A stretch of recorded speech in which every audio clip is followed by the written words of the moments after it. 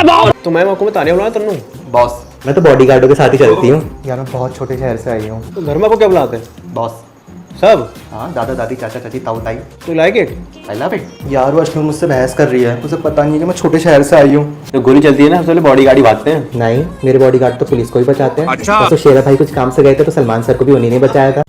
भाई big boss वालों से एक गलती हुई है, तान्या मित्तल की जगह इस बंदे को ले लेना चाहिए। सच बताओ, तान्या मित्तल से ज्यादा अच्छी एक्टिंग तो कर रहा है ये।